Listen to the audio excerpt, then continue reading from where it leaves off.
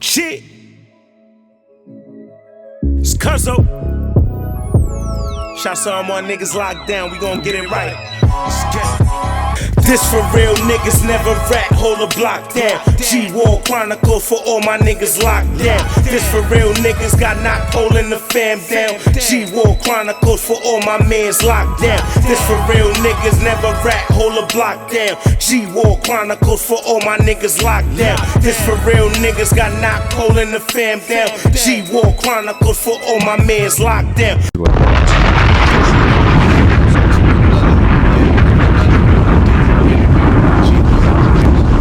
If you're new to the page, make sure you subscribe and tap that like button and comment. It costs you nothing. Today, to my right, I have another crazy. First and foremost, man, let me tell you how I met this young brother. I was in the mall a few days ago. I was in the mall, and he had on the black suit. You know them security guards and like Sephora and them stores be having on the black suit. So I was looking for this store, and I'm like, hey, bro, where does he? He's like, I don't work here. I'm like, oh, my bad. I'm like, you like a security guard or something? He's like, no, I don't work here. I'm like, all right, cool. So I went about my business. I found the store I was looking for. And then when I went upstairs to do a whole nother situation to get this hat made right here, actually, he was, we ran into each other again. And out of minute of respect, we just started conversing. And this young brother got a lot going on to the point to where he was excited about coming on the show. I'm excited about having him on the show. So, to my right, man, introduce yourself, my brother. How y'all doing, man? My name is Justin Osuji. Camera right there. Oh, all right, cool. Yeah, my name is Justin Osuji. I'm from Jersey. I actually just released a book. It's called From Athlete to Purpose, man. Really going on basically a speaking tour. Just talking about the book. Focus on defining yourself outside of sports. So, yeah, definitely excited to be here. I appreciate you, man. Listen, I ain't gonna hold you. And I'm always excited about my interviews, right? I'm saying excited about sitting down with people, you know what I mean? And a lot of people I interviewed, I know. And a lot of people I interviewed, I've just met. But you are like somebody I met literally like 7 days ago. Yeah. You know what I'm saying? And we've been conversing since, and I'm just looking at your page. And for you to be the age that you are, I like what you got going on. You know what I'm saying? You don't fall into the YN bracket. You know what I'm saying? You're a little bit older than the YN. I'm getting ready to be on. So you like a YN half. Like a YN. You like a YN 0.5. Oh, I would take right? it. You know what I'm saying? But I'm related to get to know. Like I said, I definitely would like to further communicate with you. For you know sure. what I'm saying? After Absolutely. this, I mean, I feel we could do some things together. We on similar paths. For sure. And so. As with any situation, any story, what we do here at G-War Chronicles, I create a platform for the incarcerated, right? For people who've been in jail to tell their story.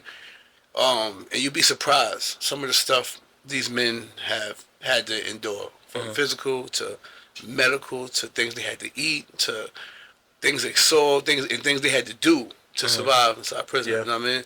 And these are things that we don't call home and tell our people. These are things that we don't, you know what I mean? Just the people who've been inside can relate to. You know what I'm saying? But this episode here, particularly, you're coming on the aspect of wanting to speak to the youth to keep them away from doing all the goofy shit. For sure. So before we get to that, let's just get to a little background on you. Yeah. So you say you from Jersey. What part of Jersey you from? I'm really from Maple, South Orange, but I grew up in West Orange. In West Orange? Yeah. Okay. Have you had any, coming up, you had both parents, single parent home, so what? I came up in a household with both of my parents. My parents weren't really around growing up, just because they were always working. So I'm Nigerian. I was raised in a Nigerian household. So if you know any Nigerians, they work all day. Very true. Yeah, so my mother and my father worked 16-hour shifts. So how do you think them long shifts affected you? Now looking back at it now, Definitely. What do you think those? Because right now the average mom, single dad, household together, 8 hours ain't enough. For sure. Right? 8 hours ain't enough. A 12-hour shift is like an 8-hour shift now. You know what I'm saying? So knowing that, you got people that work post office, people that work FedEx, Amazon, 15, 16-hour shifts. So speaking from that, I'm sure a listener not hearing it from how their kids saying it, because a lot of elders, we don't respect our kids.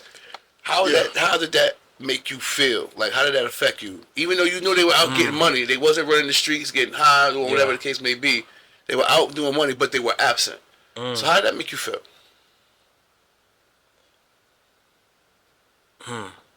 Unseen, for sure. Definitely unseen. Alone. Unseen and alone. Just, your parents are doing outside, doing what they're supposed to be doing, but in the midst of doing that, there are experiences that now you have to take on your own. You know what I mean? So I'll give examples like, going to basketball games, football games. Everybody else's parents are there, and you're the only one with your parents not there. You know what I'm saying? Having to walk places, and people noticing that you have to walk places because your parents aren't there. So yeah, definitely just alone and unseen for sure. And you think that played into what emotion?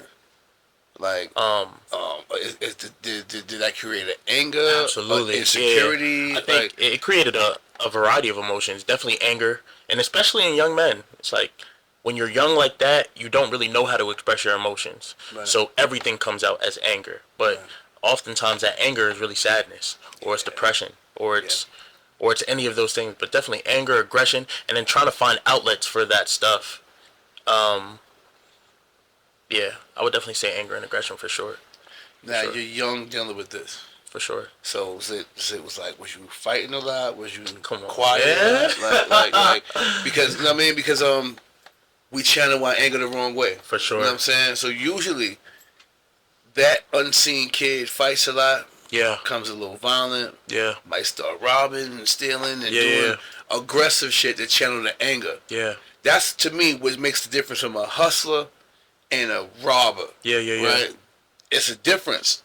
They both looked at as hustles, and one probably don't like the next, or whatever the case may be. Yeah. But when you become like a stick-up kid or very aggressive, a fighter or something like that, it comes from the built-up anger. Anger, yeah, for sure. You know what I'm saying? Yeah. And it's like when you reverse it and now you inflict pain on someone else. You want them to feel somewhat what you of a release. Absolutely. You feel what I feel for that 1 second. You feel me. You know what I'm saying? 100%. And in this 1 second, I'm seen. That's good. I got power now. In this 1 second. You know what I'm saying? For how long as this robbery takes. Because to tap in with you, my father was a truck driver over the road. Yeah, I knew where he was at. I knew what he was doing, but he was absent. You know what I'm saying? My mom was at the football games, but Pops wasn't. Yeah. He heard about him.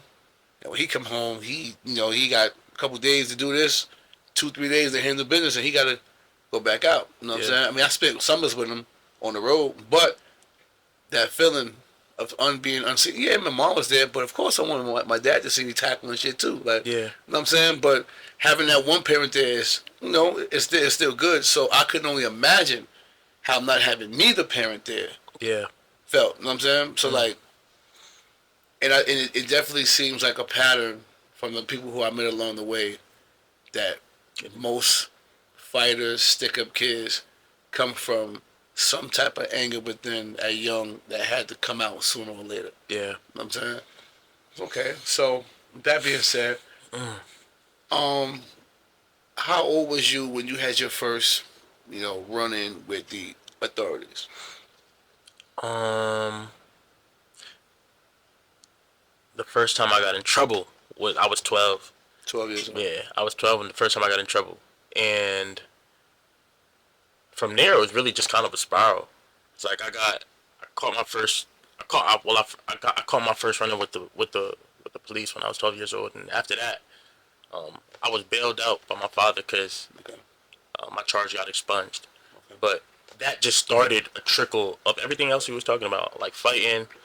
We used to be breaking into cars, and then when your parents aren't really there isn't really anybody to tell you otherwise. Right. When you get in trouble, it's like you could get your parents could discipline you, but they're not around enough to stop the trajectory of. It ain't sticking. Yeah, I cried for a second, but the beating it's not enough. Yeah, it ain't enough. You know what I'm saying, I get it. So, was there any lesson learned from that first run-in? Nah, not at all. Not at all. And I think, truthfully, the reason why there wasn't a lesson learned was because I just got off so easy. It was like I got in trouble, and this is a really big deal. Like we had to go to court, whatever, and they telling me everything that could happen, but it was like a slap on the wrist. So it was like, all right, man, I'm untouchable. Like I'm untouchable, and not only am I untouchable, everything in my world just went back to what it was before that happened. So it was just like, it's not a big deal. You know what I'm saying? This is, it's whatever. Okay. So, football. When did you start playing football? Crazy enough, so basketball actually was a sport that I grew up on. Okay. And I really picked up a football the first time when I was a freshman in high school. But I picked up a basketball when I was like maybe 7 years old, 6, 7 years old, real young. Basketball really was my first love. Okay. But I picked up a football when I was probably a freshman in high school. So you think football helped with the channeling of the anger? Yeah, for sure. So I just was asking one of my young guys this. Football for me was different. Like I loved the game, but I really loved the fact that it was an escape. So every time I felt like I was angry or anything, I could just wait to the game at the end of the week and I could channel all of my emotions. Channel all your emotions. And it was unique because I talked about feeling unseen and feeling unheard. It's like I could put my helmet on and people couldn't see who I was. And because I could put my helmet on, people couldn't see who I was. That feeling, those emotions, I could be who I could make myself into whoever I desired to be. At this moment during this game, where I could be whoever the fuck I want to be. Yeah, for sure. So, football gave me an opportunity to just let that pain out. You know what I'm saying? Not only let the pain out, but also allow other people to experience the pain that I felt. Right. Yeah. Okay. So now, was there any run-ins after that? Like, or that was just like the first one? And that was the first one, and I never. The only other running that I had, I was probably like 17 years old. It was just like a fight, but I ain't get bagged for it, nothing. Like, but yeah, but like I said, the stuff that I was doing, I just never got caught for real. Right. I just got lucky. I never got caught until So now let me ask you this: at that age, what did you think about jail? I thought it was a game for real, for real. Like, I mean, you talking about like at 12? Yeah, no, like when you was from the first time you went, you had your little situation. Okay. To everything after that, like what was the like? Did you think jail was a cool place to be, or did you think jail was like? I mean, yeah, like, you know, when you growing up in certain environments, they glamorize it. It's like a stamp, like a badge of honor, and I kind of thought it was like a badge of honor, like I'm the one, like, don't mess with me, type energy. Right. From a youth. But I mean, as you progress and you get older, and you wise up, your mentality shifts. But definitely when I was younger, it just was like, it was like a stamp, you know. So was you going to visit somebody in jail or? Nah. Okay. Yeah. But I never went to go visit anyone consistently. But I did have people that I went, so I knew the system a little bit. Yeah. Okay. So now high school. Was high school like a breeze for you, or you was like? So I was a great athlete, so everything was just sports. But I wasn't a good student at all. Like I wasn't a good student. I was smart though. Like I was smart, but I just was a football player. So I put everything into football, and I just expected to go to college based off of football. But I didn't get good grades. I got in a lot of trouble. I fought a lot. I actually got kicked out of my first school, and then that's why I ended up at West Orange High School, because I had to leave Columbia High School in Maplewood, South Orange. Okay. And school wasn't really hard. It's not like school was hard academically. It just was like, man, I really don't give a fuck. Like, man, fuck this shit. I'm about to go play football. So now, but you defied the odds. You graduated high school for sure, and you went to college. Absolutely. On a football scholarship. So tell me now, senior year, you get that acceptance letter on a full ride. Where you went to? Wagner College in Staten Island, New York. Wagner College. What was that from defying the odds of going through what you was going through? Explain the feelings when you seen that acceptance letter. Man. Gratitude, grateful for sure. Because like you said, I wasn't supposed to go. And my parents had told me, if you don't get a scholarship, you're not going to college. So that was the only way out. So just gratitude and grateful. But it also was a wake up call for me. Right. It was because the way that my situation happened, I was committed to a school my whole senior year, and that just made me like prideful. But like I said, I had terrible grades. So once the season came to an end, the coach, I'm not gonna say the school, I'm not gonna blast them, but the coach called me and was like, "Yo, your grades aren't good enough to get into the school," and they rescinded my offer, and I went down a line of losing every single scholarship offer that I had. Yeah, so the last school that actually offered me a scholarship was Wagner College, and they offered me a scholarship a week and a half before signing day. So this was God. It was God. So I felt like, for me, it was like I was really grateful and gratitude. I felt like it was God telling me, "You gotta tighten up, bro." And I'm telling you, you gotta tighten up. So you went from having hella offers to them questioning you about your Grades, questioning me about my grades, questioning me about the things coaches say about me, my character, just all that stuff. So lost all the offers. At Wagner was the last school that took a chance on me. When I went on my visit to Wagner, I talked to the head coach, and I said, "If you could put it in writing right now that you're not going to take my offer, I would sign right now."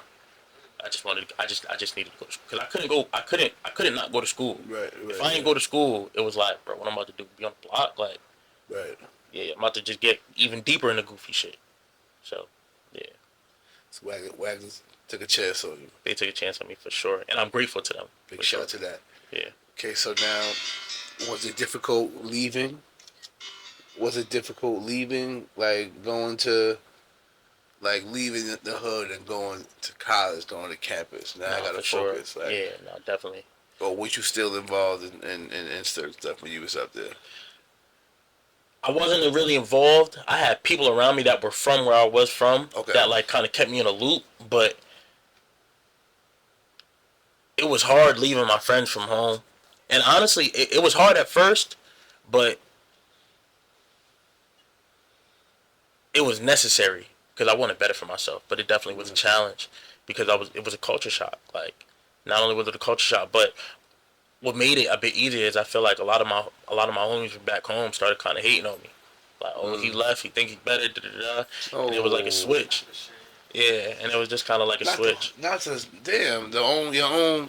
Yeah, somehow not everybody, but you get that. Yeah, you get that though. You get that because you went to school trying to do something for yourself. Yeah, you get that for sure. It happens, but it definitely is challenging because you're putting yourself in a new environment, and you really don't know what you're getting ready for. You know what I'm saying? Especially as a college athlete, it's like it's different. So I had made a promise to myself going to school though that I was going to be better for myself. So I wanted better for myself. Right. You know what I'm saying? And considering like I was the kid that teachers said this one's going to be dead or in jail. So it's like I just want to prove them wrong. So how was the family support as far as like your mother and father, like were they like in that moment with it? My parents were supportive because they were happy because it's like, man, like he needs to go away. Right, like, right. We need to get him away now. Like, but I mean, even that kind of was bittersweet. I mean, you just carry the mantle of people telling you're the bad kid. Like, they seeing you as a bad kid. So, the support was cool, but but the love didn't always feel good. You know what I mean? But yeah, they were appreciative of the fact that I was going to school. But yeah. Right. So now, college life. How'd you adapt to college life? Dang. College life was a little different. I mean,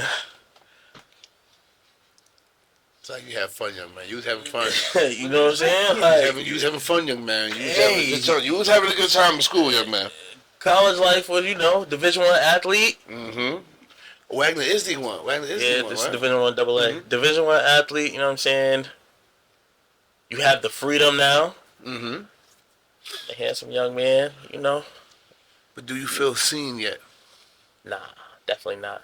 So the thing about Wagner, so that's a good question because the thing about Wagner's a PWI, so it's a predominantly white school. So you stick out for the wrong reasons. It's like, all right, well, we know he's here because of football. We know he's here because of basketball. We know he's here because of X, Y, and Z. And there's a discomfort that comes with that. It's like You're only here to play I'm football. only here to play football. So it's like I'm seen, but I'm only seen for that, not for anything else that, you know what I mean? Not for anything else that I want to be seen for. All the other things that I do, all the other things that I'm capable of. So, nah. So what are some of the racial things you went through in school? So Wagner has a So I was a biology major in college, and I was always the only black kid in all my classes. Obviously, Wow. I was always the only black kid in my class. So like a lot of times it's like, all right, he putting on for all the brothers. But I think some things that people don't realize is like those classes have labs and all that stuff. I never could find lab partners. No one will ever be my lab partner. Just because it's like, nah, we don't trust that he could. We don't trust that he could do the work. We don't trust that he's smart enough to do the work. So you see that a lot of those PWIs, especially when you like you're doing one of the harder majors or just you're in those spaces. So it's a lot of that for sure. And then it's also a lot of like you know people being clicky. You gotta stick with your your teammates, so on and so forth, because I'm about to rock with bro from we don't like So just a lot of that for real. Oh wow. And to add on to already, how you already felt, how did you cope with that? Mm. I think it just kind of added to the fact that I just always had a chip on my shoulder. I had a chip on my shoulder, and I think I just kind of suppressed it. You like kind of just Right.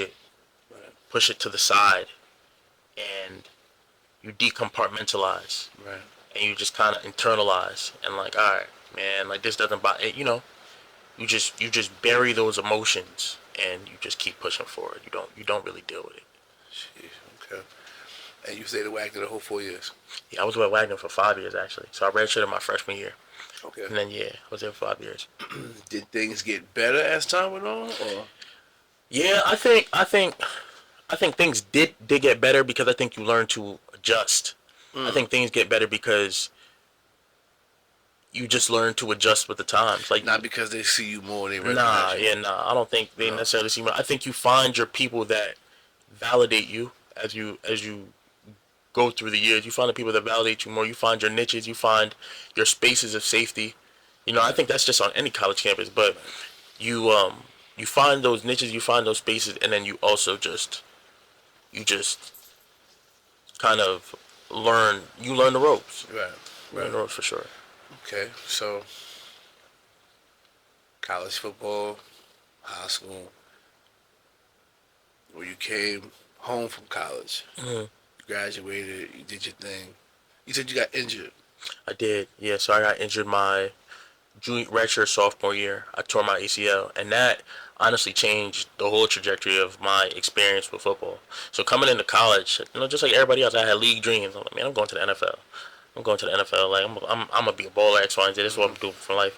But my redshirt sophomore year, which is my junior year, that was supposed to be the year, like my breakout year. I was the first on the depth chart. Supposed to be a starter. I tore my ACL, blew my whole knee out. So that was the first time that I was away from the. Yeah, I broke my whole knee out, my ACL, MCL, and my LCL, my whole knee. And that was the first time I was really away from the game. Like that was the first time I had to take it. I had to sit down. I really had to do a bit then. Right. Yeah, that's the first time I had to really sit down and just kind of like sit with myself, sit in isolation, and really get clear. Like, all right, it crystallized in my mind. There's gonna come a day when this game is taken away from me. Right. Like, who am I outside of this game? I really didn't have an identity outside of it up until that point. And that's when the aspirations and thoughts of what you're doing right now For sure. came about. Yeah, stuff started to crystallize. I don't know necessarily if it was 100% clear that I'd be doing everything I'm doing now, but I think I started opening my mind to a lot of the other things that I was interested in. Because it's like, you sitting down, you got to spend time getting clear on some of the things that you like. Right. I think that opened up my mind to like a lot of like business ventures and clubs and networking and talking to people, Right, and like right. really figuring all that stuff out. And that I think as the seasons of life kind of just transitioned. Right. Yeah, it just said with God. I think God just was meticulous with how He was positioning things. Right. So now you come home from school. Hmm. How's the welcome been coming home from school? Yeah, none of my people was rocking with me anymore. I was so none of the people that I grew up with were really like in tune. But I had a core of friends that I graduated with that I was real close with. That was actually really cool, and we're real Right. close to this day. We definitely real Okay. close to today. Okay. Actually, funny enough, my friends that I graduated from West Orange High School with, that I'm still real close with, we started a mentorship program called What's the Next Move at West Orange High School that literally is focused on helping young men transition from high school to college. Just because some of us, because feel me, we struggled. Right. Yeah. Okay. So now you come home from college. Things ain't really. What was the What was the first thing you did to go into the direction of change? Mm. Because when you was in school, Mhm. was you still thinking like a knucklehead, or When I was in school, I feel like there was a real shift. So I think when I came home, I was definitely a different person. I think I still had maybe some knucklehead tendencies, but I had a different mindset for sure. from when you came home? Yeah, But when you was in school, you wasn't even thinking like that because the yeah, environment, yeah, the because environment was the different. environment was different. It was a different vibe, and it also was like, man, I'm on a scholarship. I get in trouble. It's over with. I gotta go back to the crib. And I think I had just got exposed to a lot more. It expanded my mind Right. to the possibilities. It expanded my mind to a lot of the things that I could accomplish, a lot of the things I could do. So when I came home, I think I had a very different perspective. A lot of people were like, "Oh, Justin, you switched up." Nah, I didn't switch up, bro. Didn't switch up. I just was exposed to more, and I think that's part of what it is too. Like a lot of people just aren't exposed to a lot of the Right. things. So So you, I still, when I came home though, like when I came home, I still had to figure out my next steps though. okay. Yeah. So now let's fast forward. What's your mission statement right now? Like, Yeah. what do you want out of what do you want out of what you want right now? Mm. Self-worth and identity. Find your purpose outside the game. Yeah. I would say my mission statement is definitely is find your purpose outside the game, but my target is to really get people to get clear on their self-worth and their identity. Who are you? How would you identify? How would you help someone identify that answer? Mm. Who they are? Mm. Well, I think first it is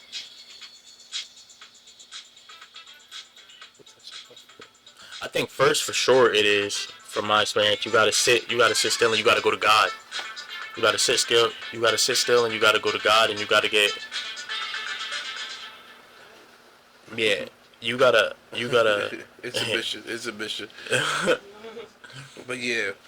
So you say you gotta go to God yeah, first. I would say you gotta sit still, you gotta go to God first, and you gotta get clear, and you gotta sit and just spend time with the Lord to get clear on what it is that He wants you to do, and then from there, just get in motion. Yeah, I definitely think that's what happened with me. Just you gotta sit still for a second and get clear on hearing what God is telling you about yourself, for sure. Okay. So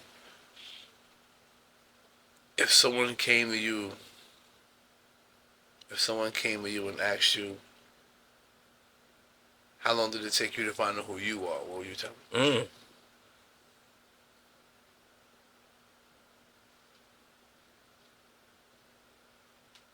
I would tell him truthfully, man. I'm still figuring it out 100%.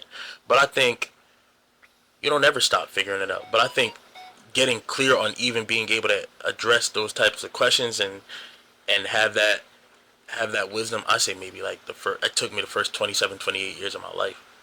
Yeah, definitely like the first 27 years. And because I think part of it is like you do need just like some lived experience to just go We through some all, things. we all, in along my time in prison, I heard of a term called the POC. Mm. Right? We all hit our POC. That's point of contact, Mhm.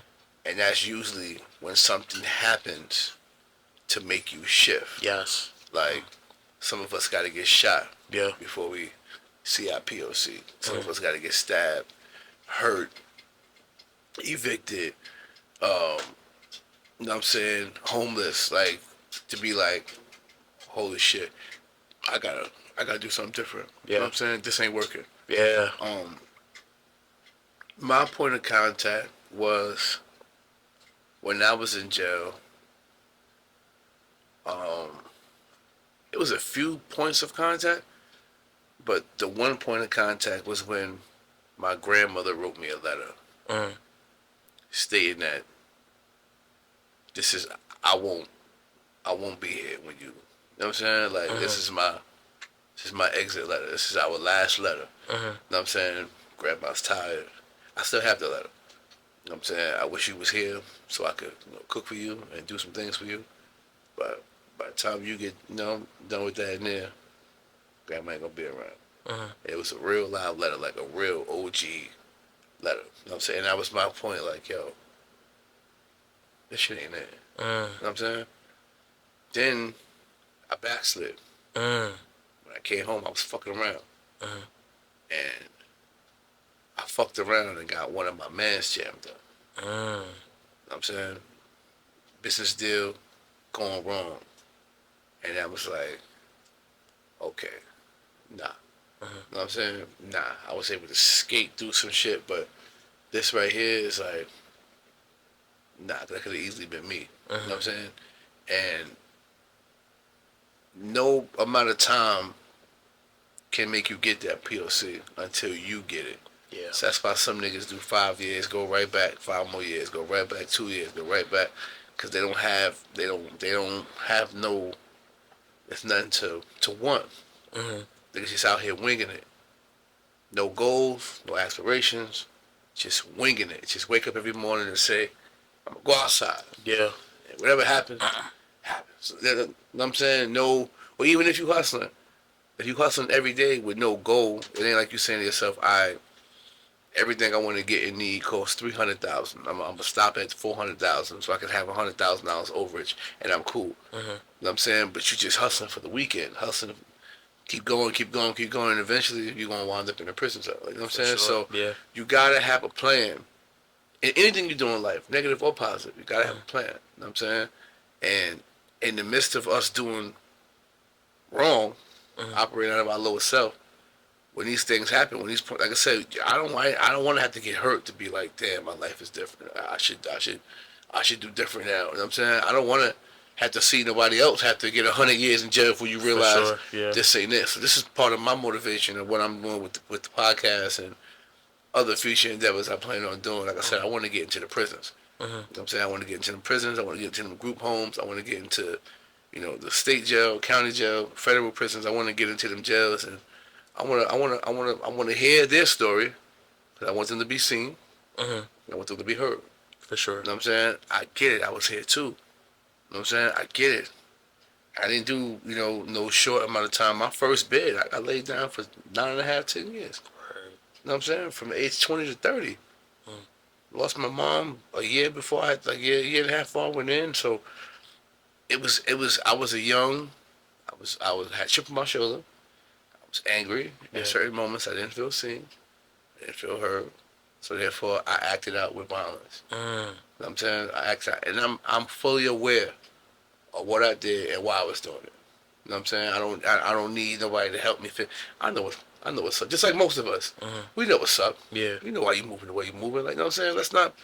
Sometimes we gotta really be like, yo, let's cut the shit. Yeah, and just be real. Let's cut the shit. You know what I'm saying? Like, we know why we operate the way we operate. You know what I'm saying? A lot of us been thieves, crooks since we was 7, 8 years old. The first time you stole something, got away with it, and then when you went back with a plan to steal something, you're a full fucking criminal at this point. Yeah. You know what I'm saying? I'm going in the store now. I stole something one time by accident. Now I'm coming back. I know what it is. I'm going to steal this candy bar again. Then I get it off. I break it down with my homeboy. Yeah. He get half. Now look, steal 2. One for me, one for you. Now I'm going there and steal 2. Now I'm stealing 4. Go crazy. You know what I'm saying? Now guess what? I'm about to go crazy. I steal 10 and I'm selling them. I'm turning profit. Yeah. Holy shit. I'm a full-fledged, functional, operating criminal. I'm seeing profit out of stolen merchandise at 9 years old, 10 years old. You know what I'm saying? A lot of our youth right now are seeing criminal mindset so young. Yes. Hearing conversations they have no business hearing. Watching things they have no business watching. You know what I'm saying? Being around people they have no business being around. Yeah.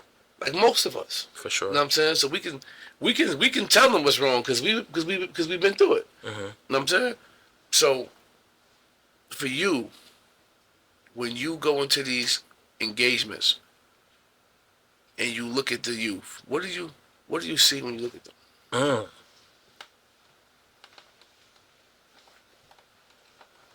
Hmm.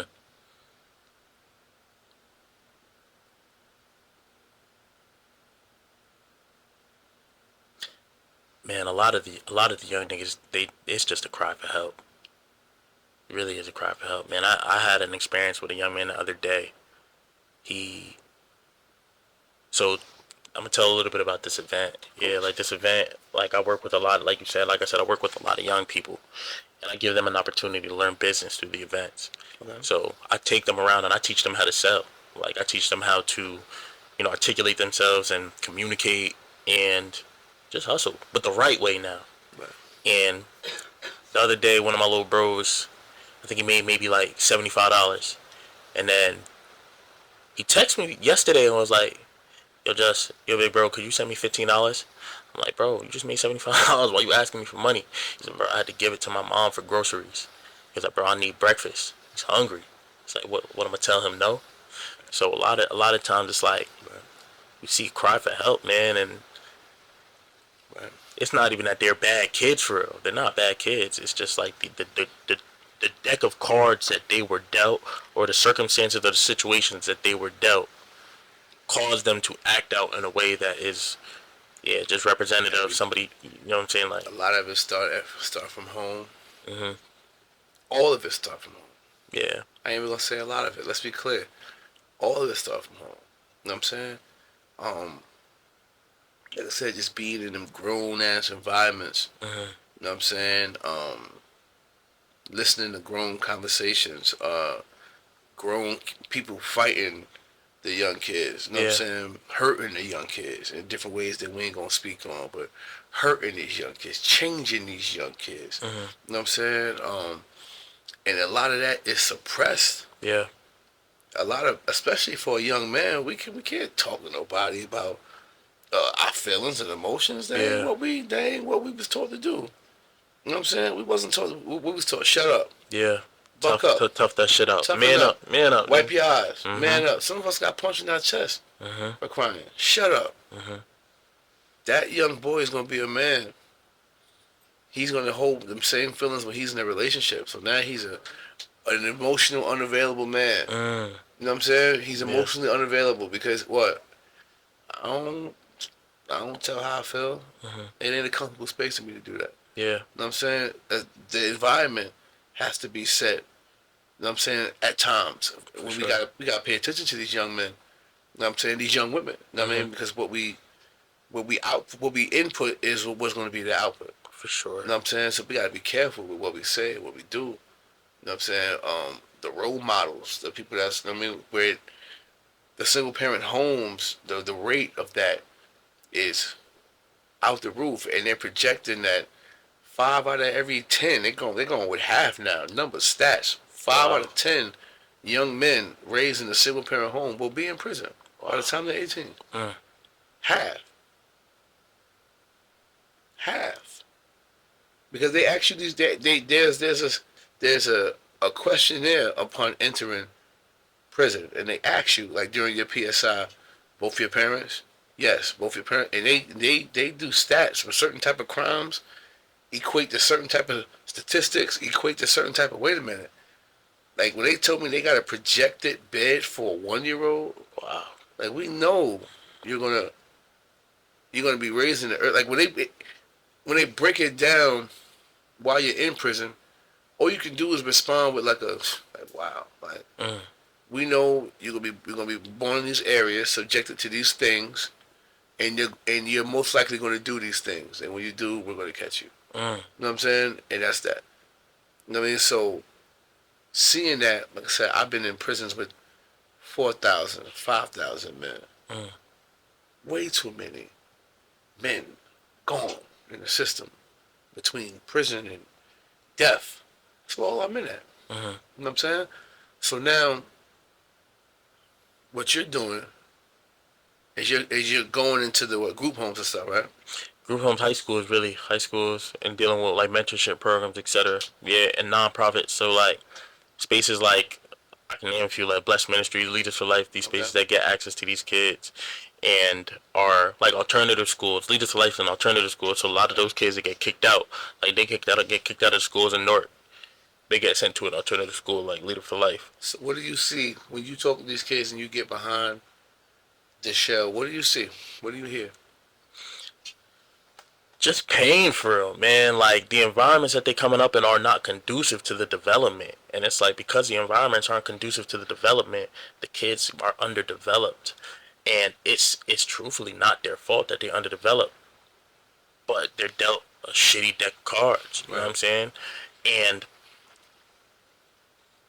no, I'm not going to say for episode because some kids really are just badass kids. It's like, man, this kid bad as hell. It's not, you know what I'm saying? It's like, but for the most part, I would say 9 out of 10 kids. That's not the case for 9 out of 10 kids. Right. It's like a lot of these kids actually have deep intellect. Right. They have deep intelligence, so they have a deep desire to do good, but they just misguided. They just being led astray. So what is done on the parenting side? Yeah. So I think for a lot of those kids, there is a lack of parenting, truthfully. Like it's a lack of resources, or like the parents might not be around, or there just isn't enough resources, or like you said, single parent households, so on and so forth.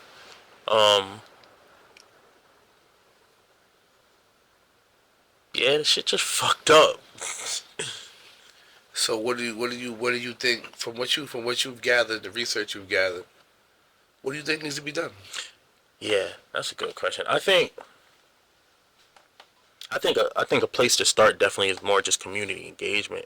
It's like if a kid is coming from an environment that he doesn't have the resources or he doesn't have the support in his household, there needs to be individuals around him that are from outside of the household that are going to give him that engagement and that support, that are going to give him those outlets that he needs, and people that look like him or people that look like her that are going to be a safe space for them to discuss. Because the problem I think sometimes too also is it's like you give a kid a program, but the program isn't anyone that looks like them, and it doesn't really address the real deep rooted shit. Because sometimes niggas be scared to talk about the programs that are really like I've been through what you've been through, and I actually care about you.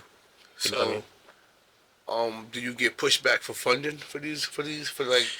Yeah. Like how does that go? Like how does the politics of all that stuff? It's political, because like you said, it's numbers. There are budgets and finances and so on and so forth, and it has to make sense on paper. But what makes sense on paper doesn't always make sense for the person. So there is always pushback, so on and so forth. But if there's, you would think a program targeted for youth at risk, keep recidivism down, keep crime rate down. You would think a program of that magnitude would be supported. For sure. You know what I'm saying? And I know from when I was doing speaking engagements and trying to get certain things done, we received hella pushback. Like, you would think they didn't support it at all. You know what I'm saying? Like, this is to help the kids, right? Like, this is to help the youth and get them. You would think you would think you're telling them you got a program to hurt them. The way they push back, as if it's like you're doing too much. You know what I mean? Yeah. When you're in these environments, you ever felt like a kid wanted to tell you more? Like all the time, yeah, all the time. And I think a lot of times, like with kids, they want to tell you more, but they gotta know they could trust you, and that comes with time. Like they gotta know you really care, but they also gotta feel safe. You know what I mean? They gotta feel like it's not just you're doing your job, but like you are actually invested in them. You know what I mean? And especially with young men, like some of the things that you said earlier, it's like you taught to come to bottle all that shit up, and they gotta unlearn that stuff. But you gotta like show it to them, and that takes time. But all the time, all the time, kids be going through stuff. It's like I think sometimes the older generation, you look at the kids and like, man, you ain't been through nothing yet. Nah, bro, he's going through You'd be stuff. surprised. Yeah, he's going through You'd be stuff. surprised what these young men been through. Exactly, he's going through stuff. What are the age groups that you try to target? 16 to really 24. I say 16 to 25. So really high school students. I say freshmen through seniors, and then college students. Because I feel like those age populations are old enough to have very deep personal conversations, but then still young enough to be molded, still young enough to be poured into, and still young enough to have their perspective shaped and formed. Right.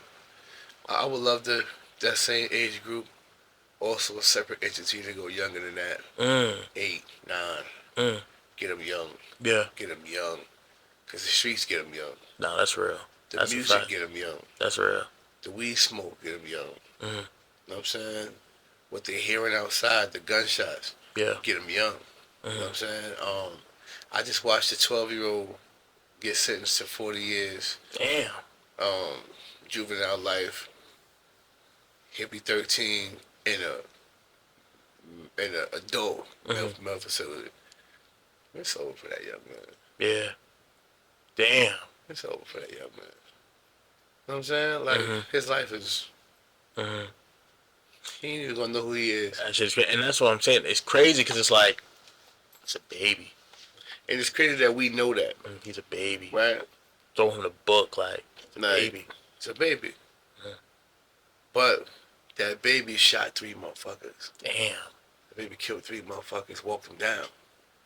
You know what Wow. I'm saying? So, at 12, it's been in him since he was 9, 10, shooter. You know what I'm saying? We gotta worry about the trends on what's going on right now. And right now, the girls want the shooters. You know what I'm saying? So that's what's trending right now. A couple years back, they wanted hustlers. A couple years back, they wanted, you know what I'm saying, fly guys. You know what I'm saying?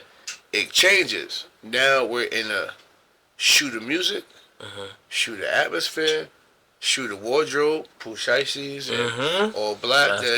We're in the era, y'all, like look around. We're in the era of the shooter. I mean, that's it. They have even fashion shows now. You know what I'm saying? Pool shiesty and fashion shows. Like, It's crazy. everybody wants to, what do you, because my thing is this, and I can't stress this enough, if you really been through shit, you don't want to go through shit. Yeah. If you really been through some shit, I'm trying to get away from that. you try your best to get away from some shit. I remember one time, summertime, like 2 summers. Wait, we started the pool shiesty shit like 2 summers ago, right? I was in the bodega. It's hot as fuck outside. This young man, pool shiesty down, hoodie on, gloves. I said, my nigga, I said, can I say something to you? I said, if you gotta hide from somebody like that, you need to go handle that issue. Head on. Like, it's 3 o'clock in the afternoon. You're hiding. Like, this look is for when you're either gonna go on a jug or you don't want to be seen. You're hiding from somebody. Yeah. Like, y'all didn't invent these masks. These masks, sure. we've been wearing these masks. Like, you know what I'm saying? These masks represent, I don't want nobody walking up behind me in no grocery store with no mask on. I want nobody walking up in no bank with no mask on. Like, Crazy. what the fuck? Like, to the point where one dude wore him so much his face broke out. Like, he had bumps all on his face. You wearing a mask all day. Like, and sure you're not washing that shit. Like, Yeah. your skin's gonna react to that fabric on your face all day. Like, this look that parents are allowing their kids to do. You're allowing them to fall into this shooter wave. Yep. You know know what I'm saying? And to impress the girls, that's what they have to do. You know what I'm saying? So, what are some of the struggles that you, when you go in there, the different types of youth that you encounter? Like, how do you break down the barriers? Yeah, that's real. So like you said, I think it really is. Some kids are way more far gone than other kids, and you can see it in the way that they talk. You can see it in the way that they think. Like you can just feel it in their energy. You know what I'm saying? Like when somebody's really like, I'm on that. Like you can just tell in their demeanor, their everything. I think There's definitely an energy you could tell. Like, it's an energy for sure. It's like yeah, he's like you can see it in their eyes. He on it. Yeah, You can see it in his eyes. It's actually a look. You can see it in his eyes for Because sure. when you do certain things, your mind takes over, and you be fighting demons. Yeah. You know what I'm saying? Yeah. You fighting. On one of our previous episodes, I had one of the guys. He said, "Man, God won't let you rest. When you know you out here doing wrong, you gotta go see the man." You know what I'm saying? And clear that. You know what I mean? Whatever that reason was that you had to go handle, you gotta clear that with the man first. You can have peace. Yeah. With what you did. And a lot of these young men don't have peace. At all. So to that point, it is being able to identify that. It's like, okay, what type of what stage am I dealing with? Like, how far gone? How deep are you? How deep are you? Right. And then once you're like kind of clear on how deep you are, it's like, where does that conversation go from there? Right. You know what I mean? Like, how do I approach that conversation at that point? Right. You know what I mean? Because those are all different conversations. Right. You know what I'm saying? Because I think sometimes, like, when you're so deep, it's not even a conversation of, like, I'm trying to pull you out. It's more getting you clear on, what comes with that, right? Like, like, I want you to fully understand. And the more we glorify jail, they like, so? I go to jail, come home and be a rapper. Get a record deal. All my friends gonna be outside. Know what I'm saying? All my friends gonna support me. Because we all know when you go to college and come home, did they have a welcome party for you? Nah, you was square. Did they have a limousine with clothes and money and women? Man, and, with the college, he think he's you nerd. Like, alright, bro. Yeah, bro. But if you would have went to jail, and I'm like, yeah, you got stamped. You stamped. If you went to jail, came home, you would have had those things. Now look at that. Ain't that fucked up? It's crazy, man. It's crazy. It's the mentality, though. It's like, that's the mentality that's raising the kids. So it's like, sometimes when you're talking to them, you're like, man, like, I don't want to hear that. But like, bro, I'm telling you, bro. Like, that's what it is. I would love to.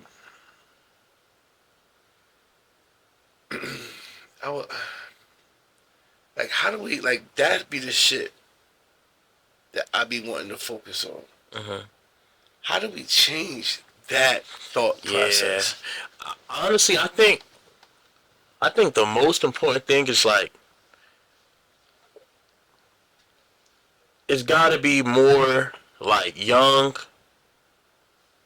not corny niggas that is doing it that they look at. So, like, it's one thing when it's like, alright, I did well for myself, but, one of the young boys is looking at you and they're like, bro, you corny as hell, bro. I don't want to be like you. Like, you're not fly, like, you're not, like, yeah. It's another thing when it's like, oh, he's lit. Like, I really think he's actually lit. But he's preaching the same thing that the person that they thought was corny looked like. Right. I think when you can get more of those type of people, cause like in that space, yeah. It's weird, right? There was an interview on the Joe Budden's podcast. Shout out to Joe Budden's podcast. He had Jadakiss and his father on there, right? I think I seen that, yeah. And we don't know Jadakiss, but he went to college. We know him for being a gangster rapper and talking that shit, right? So the father, like, I forgot how the conversation led to it, but the father, it was like, well, Jadakiss from the streets, and the father was like, what? He went to college, like, don't disrespect me. First and foremost, I'm a hard-working businessman, and I provided a lifestyle for my kids, and I said, this man, my son, who y'all know is so-and-so, I said, this man in college, this man's a college graduate. And in that moment, Kiss didn't embrace it. He didn't make it cool. He kind of like oh shit, like because of what the culture was saying. In that moment, I changed my perspective, my look on him. Cause it was like, that was your moment to be like, yeah, I went to school, I graduated, I'm smart as fuck. Yeah, I got a so-and-so GPA, my SAT. Hey, yo, look, kids, it's cool to be smart. You can be smart. But in that moment, you like tucked your tail a little bit. It was like, fuck, I'm exposed. Fuck, I went to school. Like, you know what I'm saying? Not saying that's what he did or what his intentions was, but how I took it. I'm a viewer, and I have my opinion. You know what I'm saying? And in my personal opinion, you're supposed to take that moment and exploit college. Yeah, college is lit, man. On campus, I met different people. I was here, different fraternities, different frats, different sororities, different. You know what I'm saying? Boom, boom. Your college is good. Go experience that. That moment, your gangster rapper could have shifted a mindset. Kids went to school, word. That's what's up, yo. So you can still talk this gangster shit because it's entertainment. It's not real. It's entertainment. It's like watching a movie and you think Denzel's really a dirty cop killer? He's not. It's an act. It's a movie. Yeah. It's entertainment. For sure. You know what I'm saying? If I can go in here and persuade you to think that this rap song is real, I did a damn good job at persuading you. You know what I'm saying? That it's entertainment, bro. You know what I'm saying? For sure. So I just feel like, how can we make college or doing, because if we continue to roll out for niggas in jail, and I don't get fucked up, my niggas come home, I know they need shit. So it ain't about a rollout, I'm going to get you all this shit. No, I'm going to take you shopping because I know you're going to need a few things. And I don't want you thinking that you got to hurt nobody, rob nobody to get it. So I'm going to get you a few sweatsuits, a few pair of sneakers, set you out, get you on your feet. You know what I'm saying? But if you think about it, we're rewarding you for failing. Going to jail is not the win, nigga. Yeah. You lost. You got caught. You got pinched. You got popped. Whatever the word you want to use. You got caught. The warden at a jail told me one time, Warden McRae, he said, y'all all should, he had a town hall meeting. He said, y'all all should feel stupid. Dang. Kept it real. Straight like that. Black warden. This was a gang. Whenever they shut the jails down, they call the gang members out. Because we basically govern the compound. 2 Bloods, 2 Crips, 2 Latin Kings, 2 Nietas, 2 Texas Syndicates, 2 Tango Blasts, 2 Mexican Mafia, 2 Serranos, 2 Nathaniels, 2 everything. Got to come out, and we all got to come to an agreement, basically. And he said, all y'all should feel stupid. All y'all. We all like, man, what's up? Like, what the fuck? He's like, your best plan got you here. Damn. Your best thinking got you here. I didn't wake up that morning and go do what I did and say, I'm going to get caught. And I'm going to jail. In my mind, I said, we're going to get away with this. Every day you get up and you hustle, you think that, nigga, and the cops ain't watching me. I'm untouchable. Nobody know what I got going on. I'm the slickest motherfucker. Fuck the niggas that went down before me. I'm the slickest one. Nobody can touch me. Know what I'm saying? And then you get popped the next day. Know what I'm saying? And it goes like that. Yeah. And that statement, it was like, oh shit. Like, I didn't win because I came to jail. I fell. I lost. I got caught. My plan didn't work. Something got miscalculated. Something went wrong. Either way it go, my best thinking got me fucked up. For sure, yeah. You know what I'm saying? Yeah. And that's what I wanted. Like, jail is not a victory. It's not a victory. Losing 10 years of your life, 5 years of your life, that's not a victory. Stressing your mom out, baby mom out, kids, etc., ripple effect goes. These are the messages I want to explain to these young motherfuckers. For sure. You know what I'm saying? Like, not to call them, but these like, you young knucklehead motherfucker, listen. Yeah. Pay attention. I'm not telling you nothing that's gonna hurt you. I'm telling you some fly shit. Your big homie telling you some bullshit. He telling you some bullshit. I'm trying to tell you some real shit. That nigga ain't gonna be there for you when you go do that 30. When the older nigga wants you to ride with him somewhere real quick. Nigga, he wants you to hold the drugs. He wants you to hold the gun in case they get pulled over. Know what a real big homie is. The big homie gonna tell you, get out the car, better go handle some gangster shit. I'll see you later. That's what the real big homie gonna do. Y'all little niggas get up out of here. There's about to be some gangster shit going on. Clear the block. Yo, chill. There's kids out here. Put the gun away. Chill out. Yo, his mom out here. Chill out. This nigga with his girl, baby mom. And you can give him a nod. I see you. See you. You owe me one. You know what I'm saying? That's respect. That's how the gangsters moved back in the day when things was governed. You know what I'm saying? We had rules. We had understanding. Now, just a couple months ago, 4 people dead. Damn. Up on Chancellor. And no. Opening fire on a crowd of people. No target was hit. All innocent people. 10-year-old kid dead. 11-year-old brother critical. I think he's surviving, but he hurt. His 11-year-old body can't take them shots. Like, you know what I'm saying? Like I think it was another 60-year-old man and a 21-year-old girl dead. Jesus. Neither one of them hustled on that corner. Wow. All victims involved don't occupy that corner. Innocent shit. That's unfucking heard of. That's unacceptable. Unacceptable. On all means. Unacceptable. You know what I'm saying? So, you know, I get passionate and I get convicted when it comes to stuff like that. It's just like, bro, like, don't lose. You know what I'm saying? Yeah. Like, that shit is crazy, bro. So, like, I like when, you know, young men like yourself put themselves on the front line at risk. You know what I'm saying? To go into that belly and try to do that. At your age, what you doing right now, 28 years old, I commend you. I took my hat to you. You know what I'm saying? But tell me about this book, though. Yeah, for sure. Damn, the segue was crazy. I was rocking what you were saying. Segue, you see that? You said the segue was good, but yeah. So the book is, like I said, it's called From Athlete to Purpose, and you know, read me an excerpt out of it. Let's see. Matter of fact, let me see. No, I gotta Okay. Christian, you feel me? Like, let's see. Let's see, man. Let's see. I gotta find you something good, man. Big shout to Patron. Big shout to Patron. Big shout to Patron.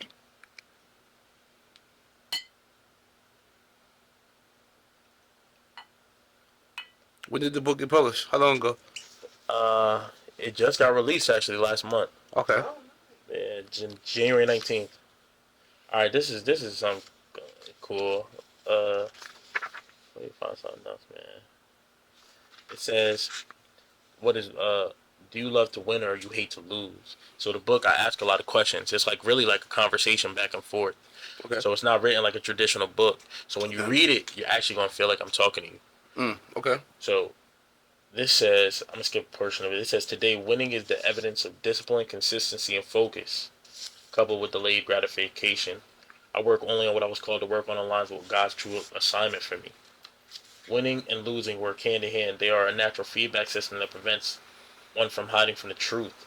The results of life force me to be honest with myself. Where is my focus going, and who am I becoming? Today, I don't like losing, but I love winning."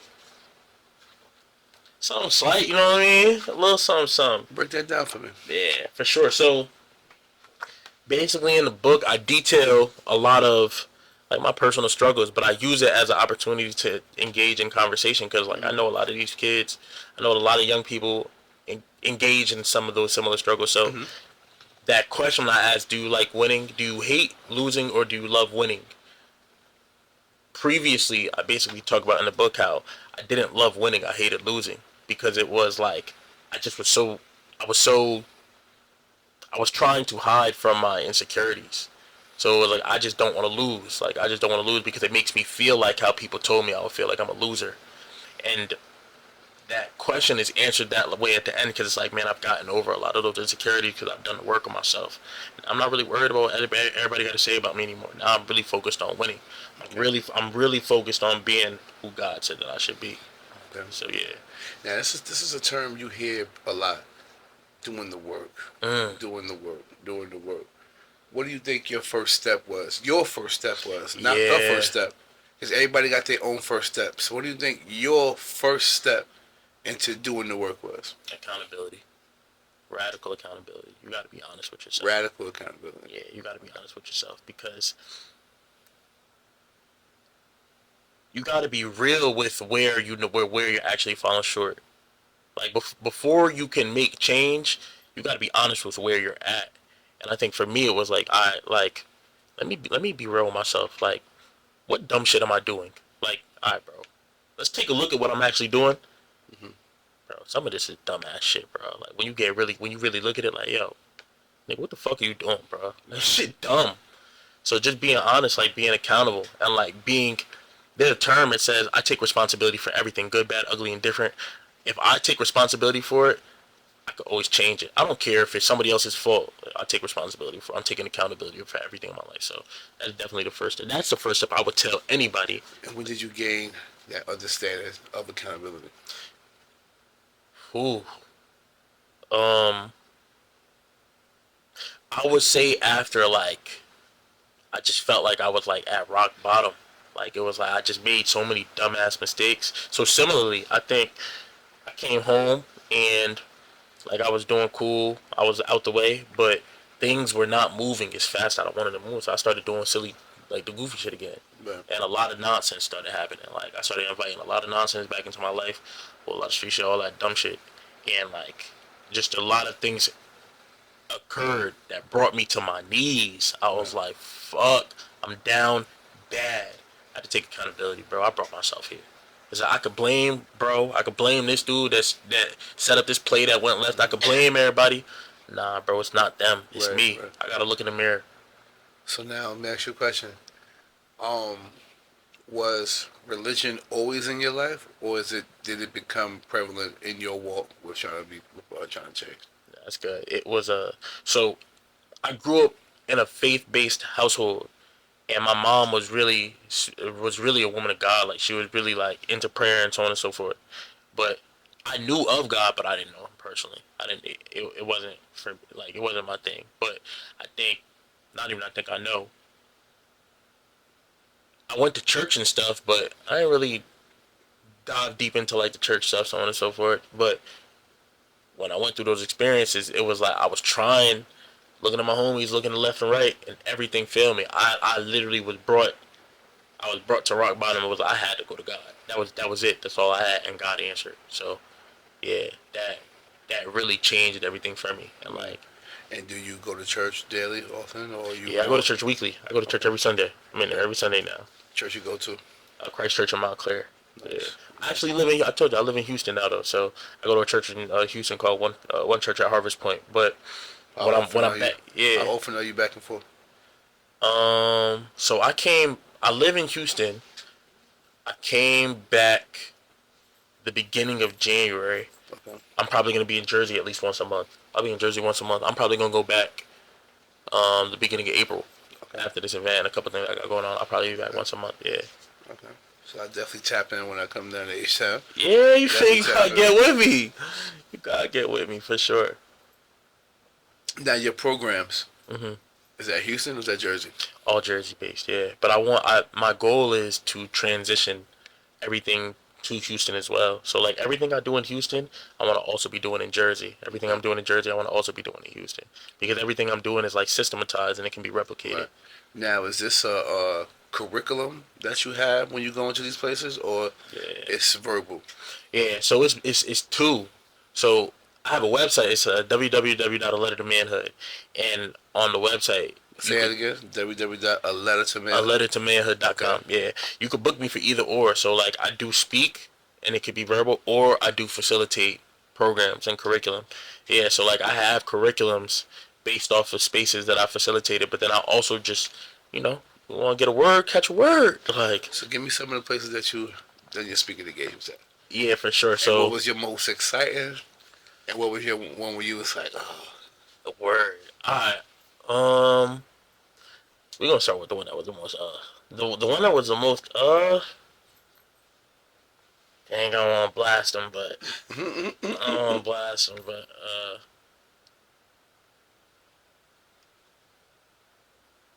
I spoke at a community center, a youth center. It was like a boys and girls club, Okay.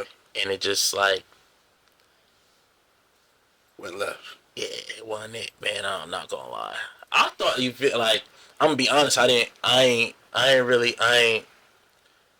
It just wasn't. The energy wasn't there, and you know what I'm saying. The kids weren't really feeling it. It was like just some last minute type thing. Right. So it was like, nah, just yeah. But one that I did recently, I think I just told you I spoke at Essex County College to the basketball team, Okay. and it wasn't even that the energy was super crazy. It was just that you could see that the kids was really like, it was hitting their souls. It was like, yeah, like they really digging into what I'm saying, Right. and it's always the best when like after kids will reach out like, man, you inspired me, because that's what it's about. You know what I Yeah. mean? The few speaking engagements I did, I had 2 parents that was like, yo, could you come to the house? Yes. Yeah. And sit down in the living room with this mom? Mhm. Like, you know what I'm saying? Like, sure. Like, like, I mean, like, Yeah. I mean, and like, a lot of it just be, lack of that male figure, bro. Yeah. You know what Yeah. I'm saying? It really be lack of the other figure. For sure. You know what I'm saying? Wanting that other parent to be there. Yeah. You know what I mean? And you just lashing out. You acting out. You know what I'm Yeah. saying? Because you're unseen For sure. and you're unheard. Mm-hmm. You're a child. Shut up. You don't have no opinion. Like, you know what I'm saying? Mm-hmm. And all you really want to say is, Mom, can you and Dad work it out? Right. That's really all they want to say. Right. Yeah. Mom, can you and Dad just work it out? I'm tired of y'all arguing. Mm-hmm. Y'all argue all the time. You know what I'm saying? Just recently, I knew a young lady who has a son. Started acting out. I'm talking about 360. And got quiet, didn't want to, just changed his whole way of doing things. And when it finally came out, I'm tired of you and Dad arguing all the time. Y'all just have peace. Can we all go to movies together or something? Like, Yeah. I always go here and then go here. Like, I don't want to, like, you know what I'm saying? I hear y'all. You know what I'm saying? And it was like a 360 moment for the entire, and it gave them motivation to get their shit together a little bit. Like, yo, we gotta stop arguing so much. Like, it's, you know what I'm saying? He gonna wind up tripping. Like, you know what I'm saying? For So sure. now it's you realize it's bigger than you. Yeah. It's bigger than you. You know what I'm Yeah. saying? And like I said, it all comes from the household. And I remember when I was a kid, sidebar, when I was a kid, I used to walk to school. And I used to be like, I wonder what's going on in that house. I wonder what's going on in that house. I wonder what's going on in that house. Or I'd be on the highway in the car and say, I wonder where they going? What they got going on? What's that family going through? Like, you know what I'm saying? And you never know, bro.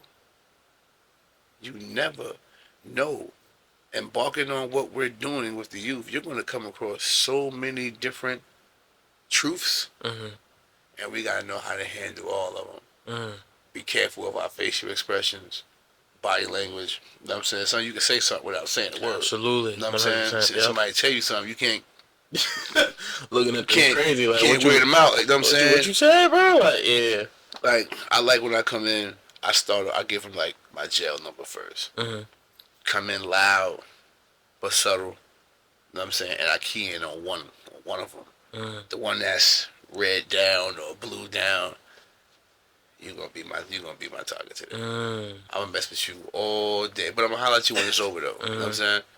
Because like, it's just this. The facade, And I get it. Like, we've been through it, and it's like, it's nothing that's taught. Nobody's telling you to do it.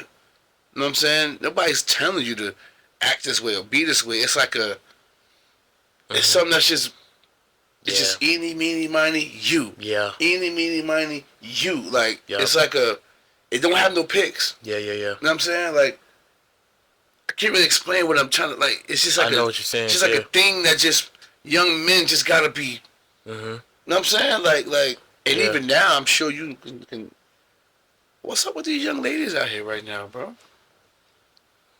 Yeah, next question, man. Shit. These young, like, it's honestly getting even on the social media fights and the cases I'm seeing, the young women shooting and fighting and jumping girls and like it's like, just crazy. Our young ladies are going crazy out here. Yeah. I think just the youth in general, and I think also too, like you said, it is. The times have just changed and shifted, and especially with like social media and stuff. Kids is not. So when I was growing up, not that I'm like spoiled or anything, but You was growing up. yeah, right. You still growing up. But for real, when I was younger though, it's like we would go to the park, or Right. you play on the street until the street lights come on. Right. Ain't no more playing. Ain't none of that. Yeah, they just inside. Ain't no more playing. No social interaction. No, so it's like they just not. No social interaction. Yeah, so no social interaction. No survival skills. Mhm. You know what I'm saying? Just the social interaction. Yeah. Like, you couldn't get us in the house, Right. bro. I'm at the park, man. We couldn't get used me. to play football at the park. Play football at the park and just be at the park all day until mom and dad's gonna call me. You gotta come home. These kids don't leave that. I got a little brother. He's just in college right now. You don't get off the computer. I'm like, yo, bro, what is wrong with you, bro? You don't want to go play with your friends? Like, it's crazy. These kids don't have no scars. None of that. They ain't break no bones. None of that. These kids don't got nothing. If it rain, they cancel school. If they say it's gonna snow, they cancel school. Yeah. It's just different times. Like, know what I mean? But that youth house still the same, and that diapers facility is still the same. And those is two places you don't want to go. No chance. No. That's gladiator school. No chance. No chance. So now let me ask you a question. Is the way you talk to young males and young females different? That's a real great question. You know, so crazy. It's like I actually try my best to avoid speaking to young women. Actually, Why is that? only because I feel like for two main reasons. I feel like I try my best to be as authentic and real as possible, and I can't 100% speak to the plight of a young woman because I never have lived it.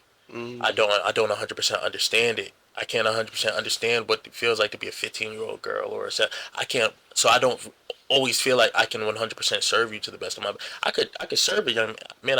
I lived every area that you lived. I lived it. Right. I lived every walk. So Right. there's nothing I can't. And so that's really the main reason. Right. That's really the main reason. But when I do though, I do think it is a little different.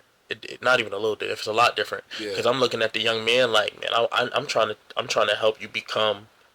I'm trying to help you become a healthy functioning man. Not the nonsense that society teaches you. Right. But like what a man really looks like. I try to whenever I've done an engagement and there's women in the room, I gave them I talked to them like they was the Bonnie to the Clydes. You know what I'm saying? Like, you know you can go to jail too, right? For sure. You know, holding the gun for your nigga can get you 15. You know what I'm saying? Like, you know, anything ain't gonna be slap on the wrist. Like, you know what I'm saying? Or, you know, or what he's telling you or is it just gonna be like, I mean, it don't work like that all the time. So, you know, get that. You know what I'm saying? Girls are getting shot too. Girls are getting killed too. You know what I mean? Girls are getting caught up in the car with their man while shit going on. You know what I mean? And it's happening. We see it. It's happening in our neighborhoods. Yeah. You know what I'm saying? It's happening in our communities. We can actually say, yo, rest in peace to little shorty who was in the car with little homie. You know what I'm saying? Like, she died, he didn't. Like, you know what I'm saying? Like, it's happening right now. We see young domestic relationships leading men, these little boys shooting little girls. Like, you know what I'm saying? So it's happening. You know what I'm saying? It's a big energy shift. Yeah. The protection for the ladies is gone. Yeah. You know what I'm saying? It's a huge energy shift right now. I mean, so knowing that,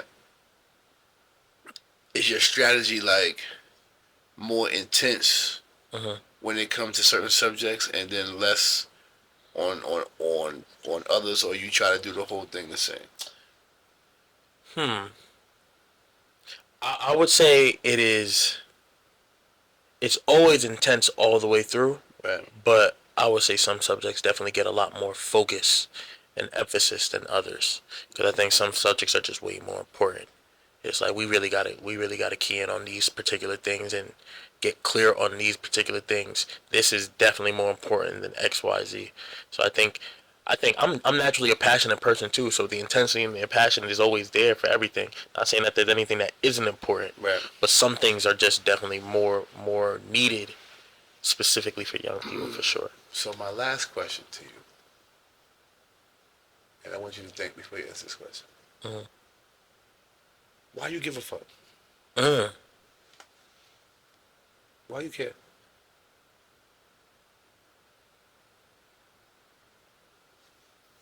Mm.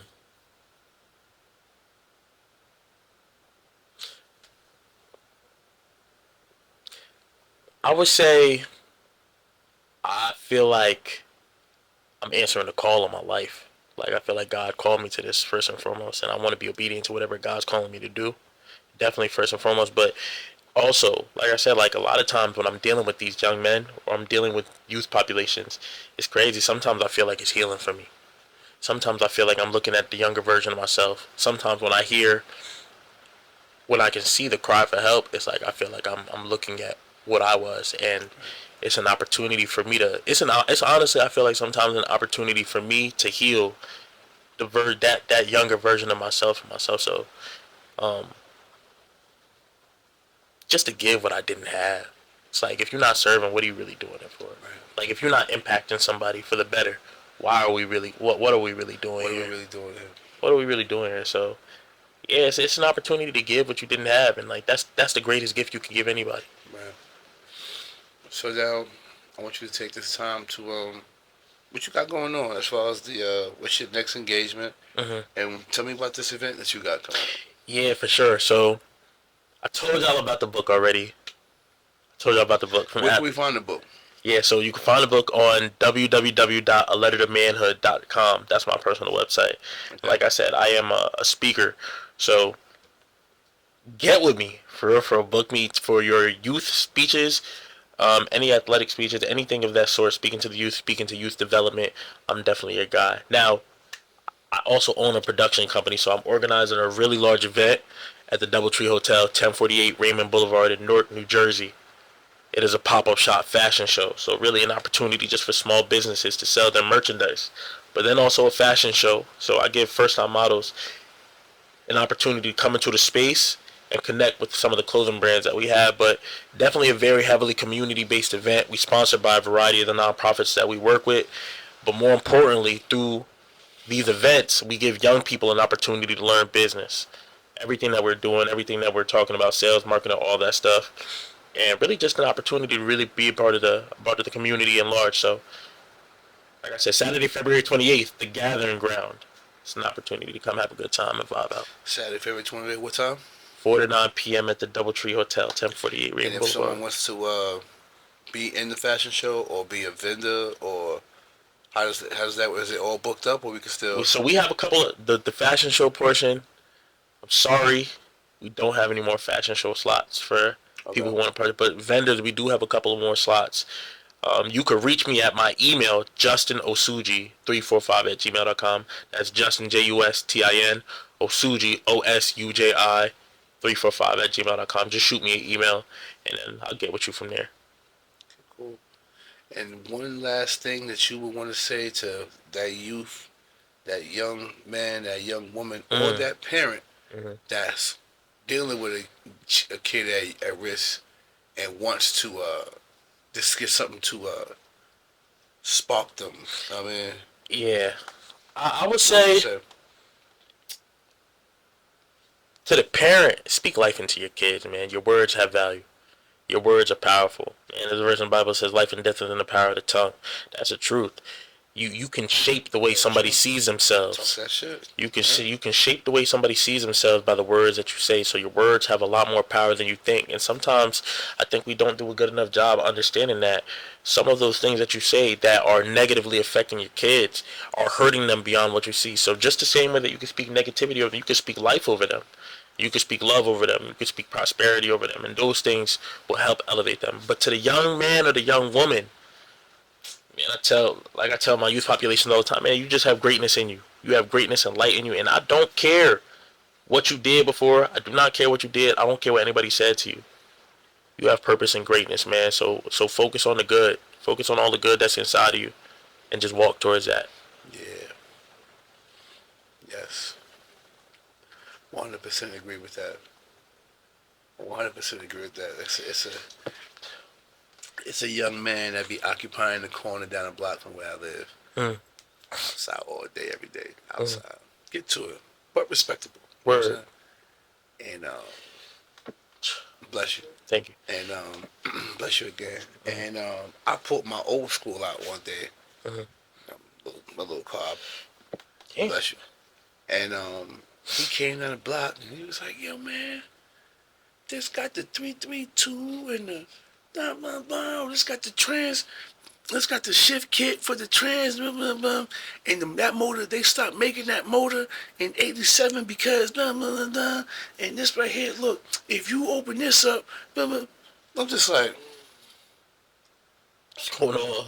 Lincoln Tech graduate to sound like Lincoln Tech graduate to me. Like you, yeah, you know, I done a little something. You know more than a little something. You know what I'm saying? Like, oh man, I just say, you know what I mean? He don't realize that you just told me so much more about my car than that. You know what I'm saying? He ran down the block with you, so, oh man, like, man, my father used to fucking rebuild these all day, so you know something.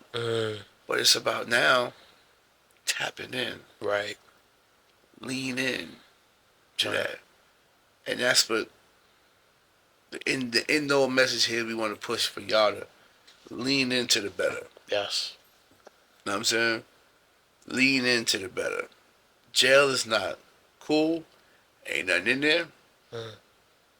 You're away from your family. The feds got a bed for you. They got a snitch to tell you. They're going to send you across the world. It's going to be hard for your folks to come see you. Money's scarce nowadays. Y'all know that. So your account ain't going to be as heavy as you think it's going to be.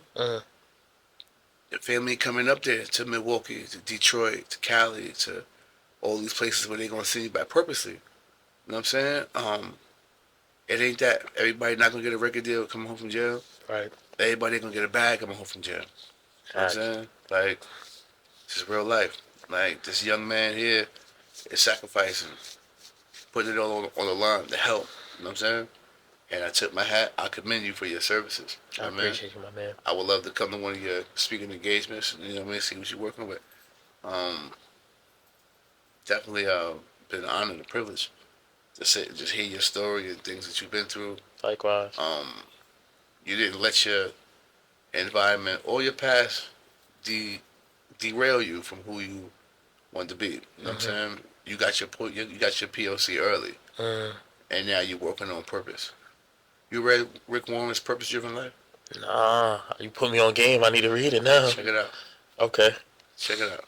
That's good. Purpose Driven Life. Short read, but very intense. Rick Warren. Short read, very intense. Good book. Everybody just, you know, let's just start talking life into our youth. Our babies. You know what I'm saying? Let's protect them. Educate your kids outside of school. You know, don't just worry about the school they go to, educate them. No, further it. You know what I mean? Read 2 chapters ahead. So when they get it in school, they already know it instead of waiting for the school to do it. You know what I'm saying? Put that extra time. You know what I mean? How he was just saying with the 12-hour shifts, the 16-hour shifts, I know we got to get to it. We got to get to it. But sure. All money ain't good money. Because you're making money, but you're losing time. That's it right there. You know what I'm saying? You're making money, but you're losing time. Valuable moments. You know what I'm saying? Days, minutes. I mean, our kids fall in love with the babysitter. Yeah. You know what I'm saying? They call the babysitter, they call the nanny mommy. You know what I'm saying? Just spend more time with the kids, bro. Like, you know what I'm saying? Just key things, little things that we can do. We can start planting small, little seeds. You know, put them around, you know, take the kids around their uncles more. Like, you know what I mean? Let take around her aunties more if they're people to be around. You know what I'm saying? You know, just spend more time. Like, the programs are gone. Programs are missing, so we got to become the programs. Let's do that. Yeah. You know what I'm saying? And with that being said, I appreciate you for coming on the platform. I appreciate it, man. I appreciate the invite. I appreciate even the platform, man. It's a pleasure, brother. I appreciate you, man. Anything you want to say to people before we sign off? Hey, man, follow. G-Wall Chronicles. G-Wall Chronicles, man. Tap in. Come on now. Y'all see what's going on here. Tap in with G-Wall Chronicles, You know man. the shit, I need you to know follow, the like, shit. subscribe, all that good stuff, man. You Tap know in the for sure. shit, man. Tap in, man. This is another dope episode. Like I said, if you a new viewer, subscribe. If you an old viewer, make sure you subscribe. And always remember, hashtag stay free. Sucker free, drama free, hater free. Love You know what it. I'm saying? And most important, prison free. There you go. Alright? We're gonna sign out with another episode. It's your host, E. Pesos. Got my co-host Mike Wise in the building. And my guest today, Justin. We are here for another episode, man. Let's get it. Peace. All right, yo.